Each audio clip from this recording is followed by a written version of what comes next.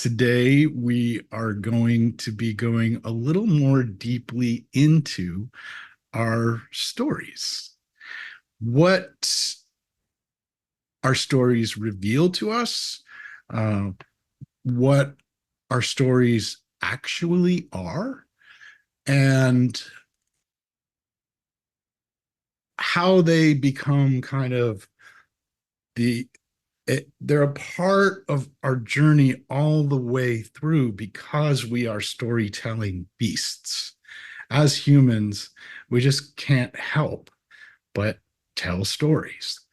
And so today we're going to be looking at what are our stories like when they're unconscious, when they're based in our conditioning, when we first start to look at our personal myth, the story we tell ourselves about who we are, what we're capable of, what we love, what we hate, versus a personal myth that's been awakened and becomes a story of who we are in this moment, in any moment. It becomes a reflection of our deepest authenticity, both the compassion that connects us to each other and the world, and the individual authenticity that is our unique fragrance of that compassion. So, we're going to talk about sort of the whole journey of what it looks like to awaken that personal myth, to go from thinking that it just feels like we are the story. All these things have happened, and then I did all these things to make these other things happen. And it feels heavy to this is who I am.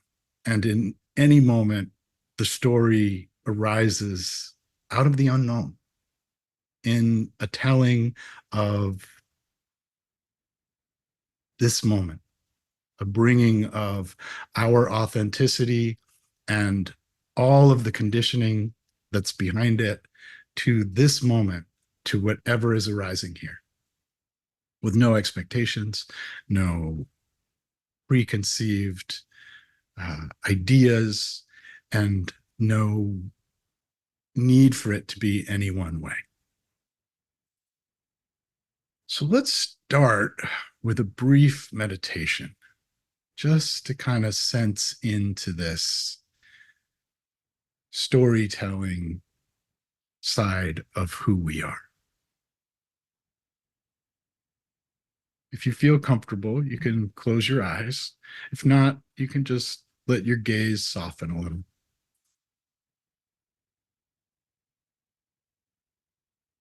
Take a few deep breaths.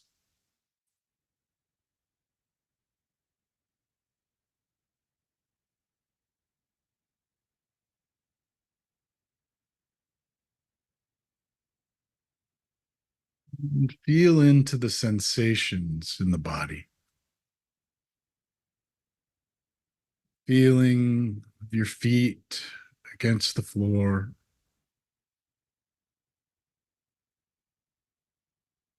your bottom against the chair you're seated in.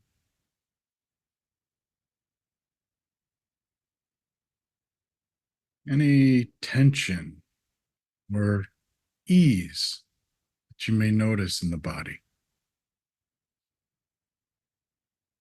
Just taking an inventory of the sensations in the body. Gently noticing with curiosity and compassion.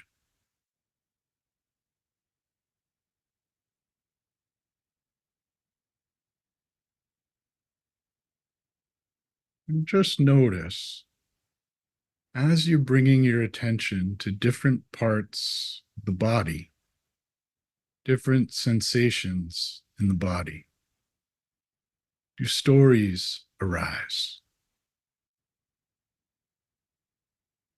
Does a certain sensation bring a train of thoughts that becomes something like boarding a train?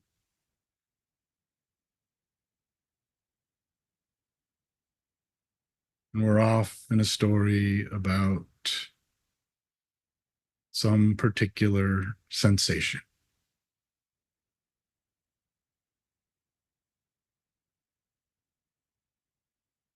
You take another deep breath while still leaving your attention with that sensation.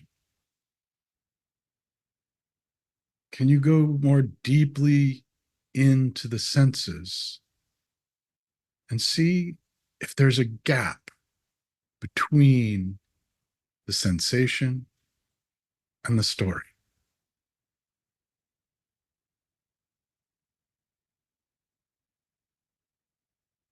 between the reaction and the response?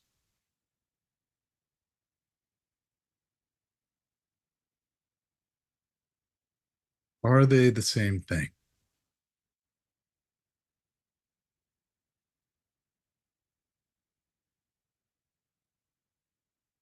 What are they?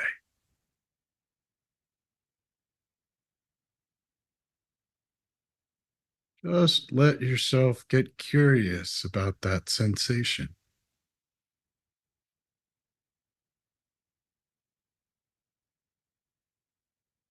Simply feeling into it and seeing if, when the train of story starts up, you can just let it leave the station without you. What happens if you don't get on board? What happens if we just stay with the sensation here in this moment?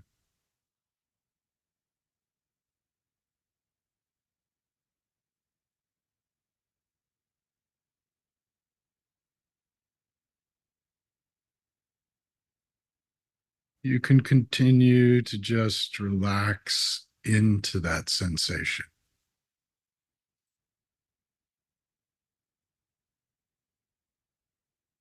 sensing it deeply.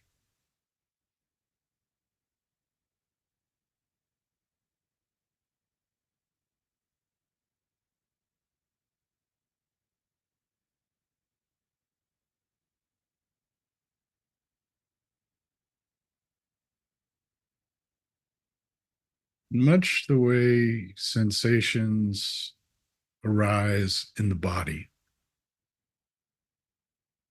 the thoughts that create the stories arise in the mind.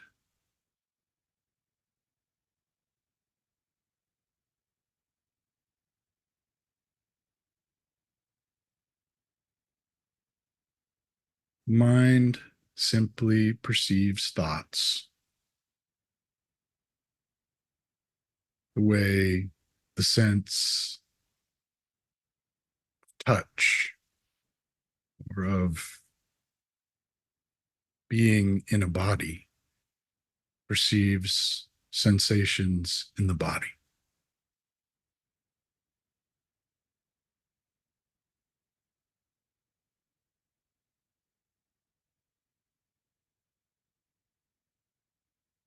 Let's take a look at what thoughts are arising.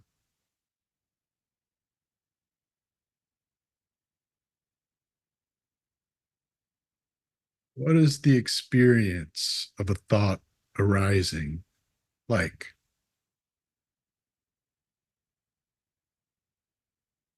Where is the thought arising? What is the thought made of?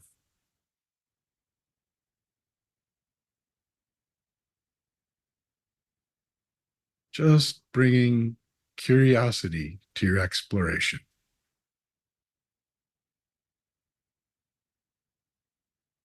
and noticing if the exploration of thought brings about a story.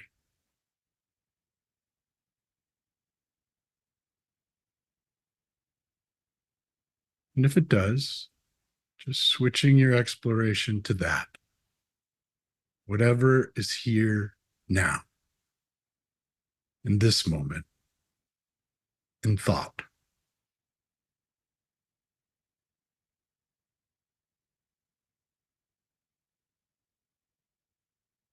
Sometimes, when the mind is put under the spotlight of attention, it will slow down. Sometimes it will speed up.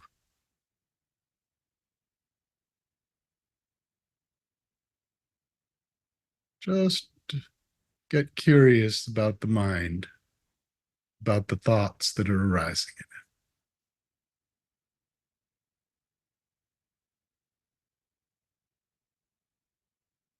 And now bring your awareness back to the sensations in the body.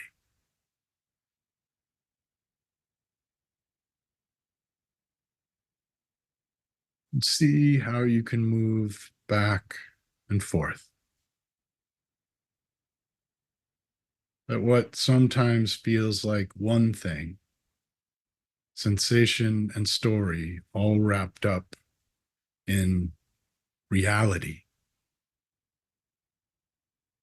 is actually just elements of the perception of experience.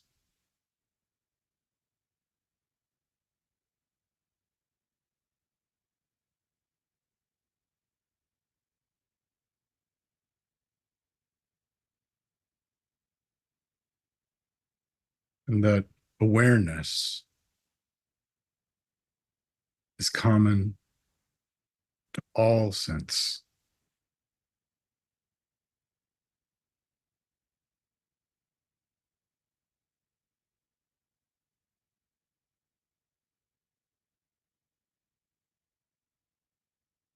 Notice that there is a story. The story is being perceived by an awareness.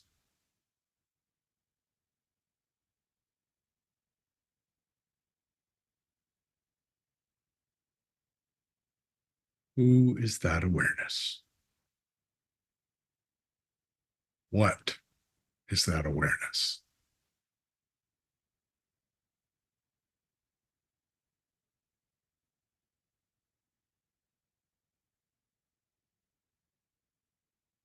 That awareness is always capable of telling the story of this moment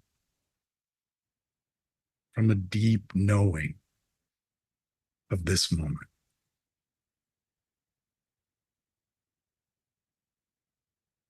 And our mindfulness practice of bringing curiosity to this moment is in service of exploring that knowing,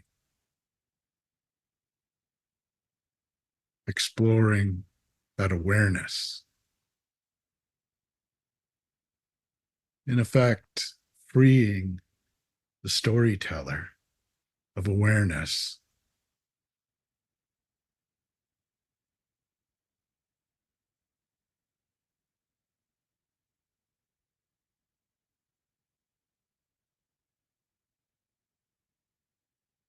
Right. Wiggle your fingers and toes. And when you're ready, open your eyes.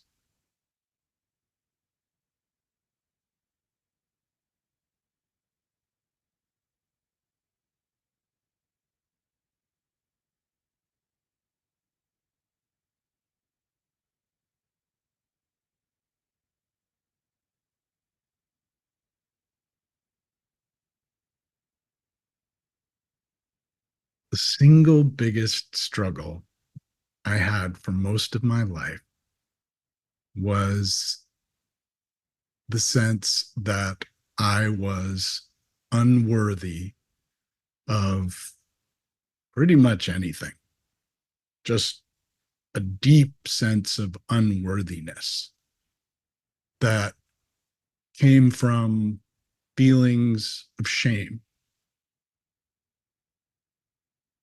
that was deeply tied to sensations in my belly.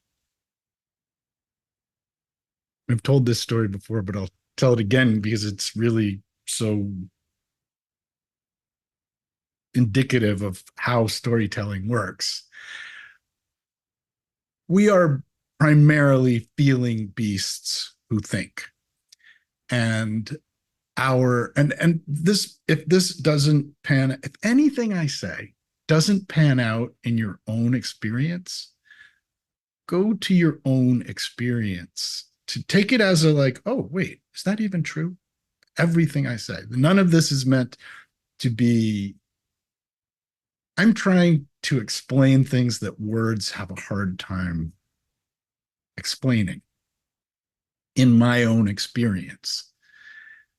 And the way this goes deeply is for you to explore it in your experience and see what's true for you. Because that knowing of awareness doesn't come from learning things, facts and figures and concepts and philosophies that go into our head. It comes from the knowing of experience.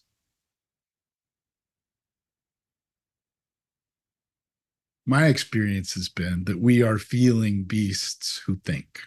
And I would get these like almost like butterflies in my stomach that could lead to two things. I was in my early 50s before I realized that the same physical sensation was what could start the story of, oh my goodness, something amazing is coming. Oh, what's it going to be like? This is really going to change everything, isn't it? Finally, maybe this shame will be gone. It was this deep sense of specialness. Like, maybe I have a way out here. Maybe I am finally going to be special instead of shameful. Or it was, oh my God, I cannot do this. Look, it's the same thing always. Like you're failing again. Why do you even try? Like just, uh, extreme frustration, extreme feelings of shame, a story of just like shame and sadness and anxiety and panic attacks. These butterflies in my stomach, if they went the shame way, were could cause a panic attack. But how did it all start? Same thing.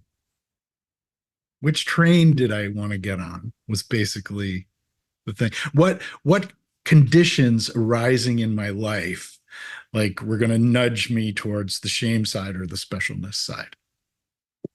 I didn't know because I didn't even see that this was happening. All I saw was I'm just living my life and oh crap, there comes that, trauma reaction again to this birth trauma that I had when I was born that I don't ever think I'm going to be able to deal with because I don't even remember it. And that's how that story would go. And I was really fortunate to meet Gabor Mate one time and ask him about this. And he said, you know what? All of that trauma, all of that mechanism is right here in this moment. It's not about what happened in the past. It's about the it the what is getting triggered. And he explained that a trigger is worthless without an explosive attached to it. So the trigger would be this feeling in my stomach. And then I had this explosive of shame that I was carrying around with me all the time, which was a story that was ready to go that I just would get lost in. I would hop on that train and I could be gone sometimes for weeks on a journey on the shame train. you know? But every moment we have an opportunity to be with what's here instead, to go to that sensation. And even if we're on the train, to just pull the stop thing and get off. And that the answer isn't in changing the past, which so many times in my life, I was like going into the past to think about it. Somehow, maybe I could change it or not feel so bad about it. I could change my relationship to it, like it mattered so much because I was wanting to get away from the discomfort of the present.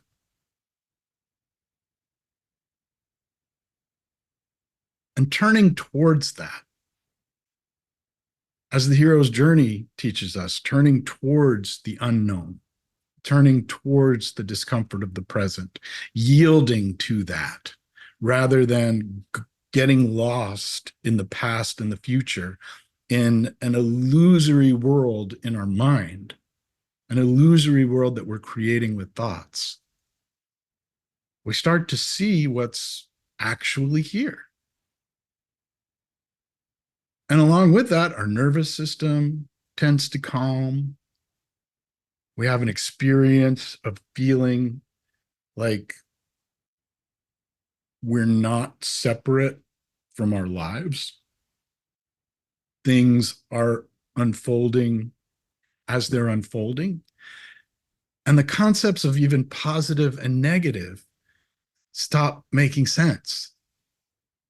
We don't need things to go well. We don't need positive vibes only. We don't need to elevate our vibration. We simply need to be with what is in this moment to see that this is the path. And from here, not from going into the past to think about it or going into the future to hope about it, we can just take the next step on our hero's journey into the unknown. And that becomes the path to knowing deeply who we are. And it's most difficult when it's most uncomfortable. And it's most uncomfortable around things like grief, shame, self worth. When we start telling these stories that really feel like they're about us, those are the ones that it's the most worthwhile to be with the sensations and just let the story be what it is. Get curious about those thoughts, but don't pay attention to the contents. The contents of thought are rarely important and frequently not even correct. So many of our thoughts are just an attempt to continue trying to grow up. When we're kids, we about a year and a half old, we start to realize, oh, I'm not mom, I'm not dad, I'm not the dog, I'm not the car, I'm me. What is me? Well, that's so that we can get all the conditioning we need to grow up. It takes a long time to make a functioning human, much longer than most animals in this world, most mammals anyway.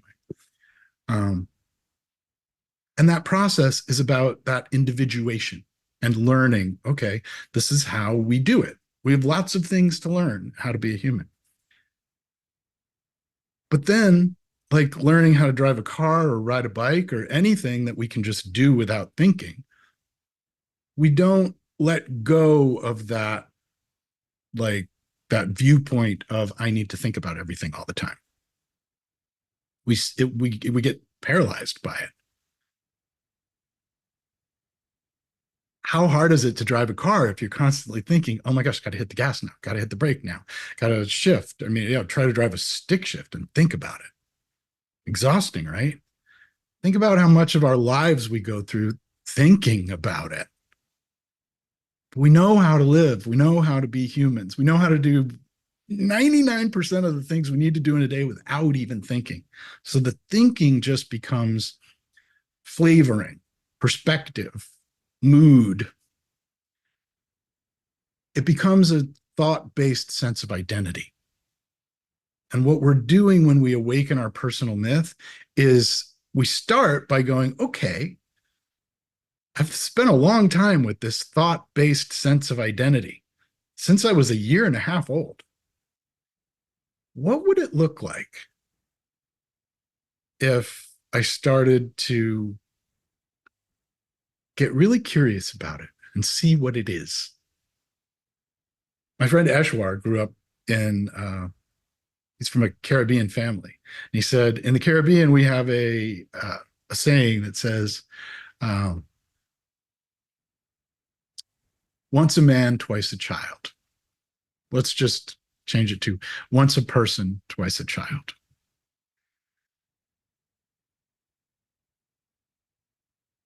When we're really young, we are just a part of this world, moving through it without a sense of being separate. When we're growing up, we get that sense, we build our ego, we learn all the conditioning it takes.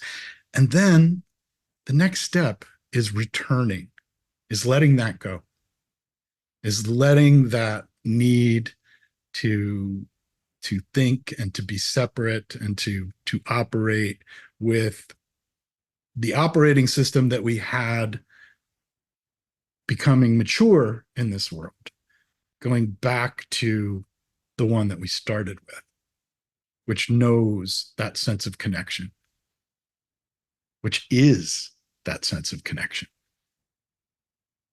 So that's really what this journey of awakening your personal myth is all about.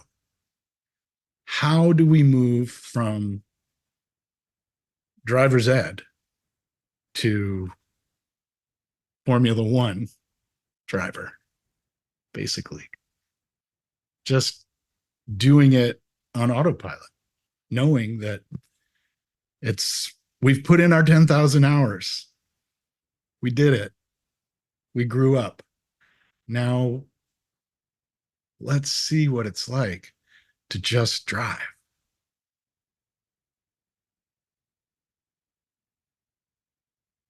So that's what this week's challenge is all about, too. The Seeing Through Our Stories challenge is just getting curious about these stories and seeing what starts to arise in those moments where we connect to the present and that story of the moment.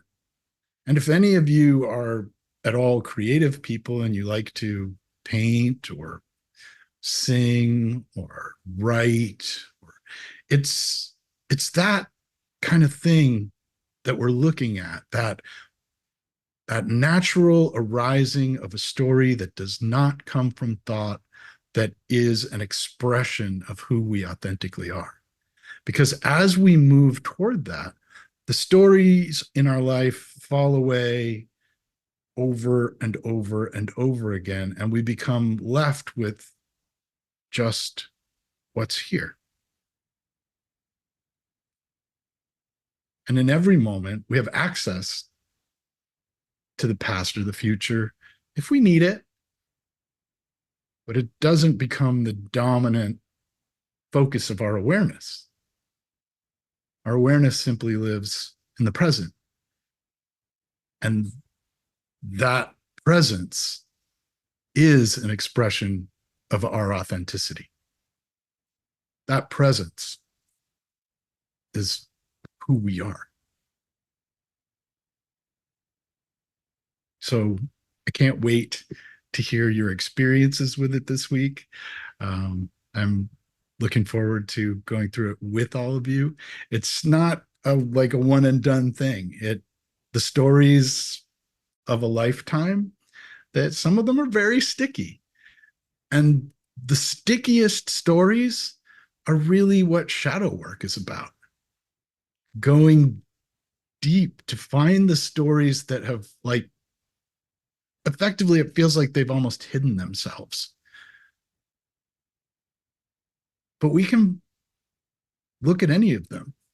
We can let any of them arise in thought when they do, and simply bring that curiosity compassion and gentleness of mindfulness to them and be with them.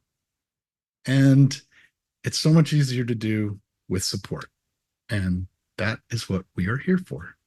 So thank you for being a part of this community.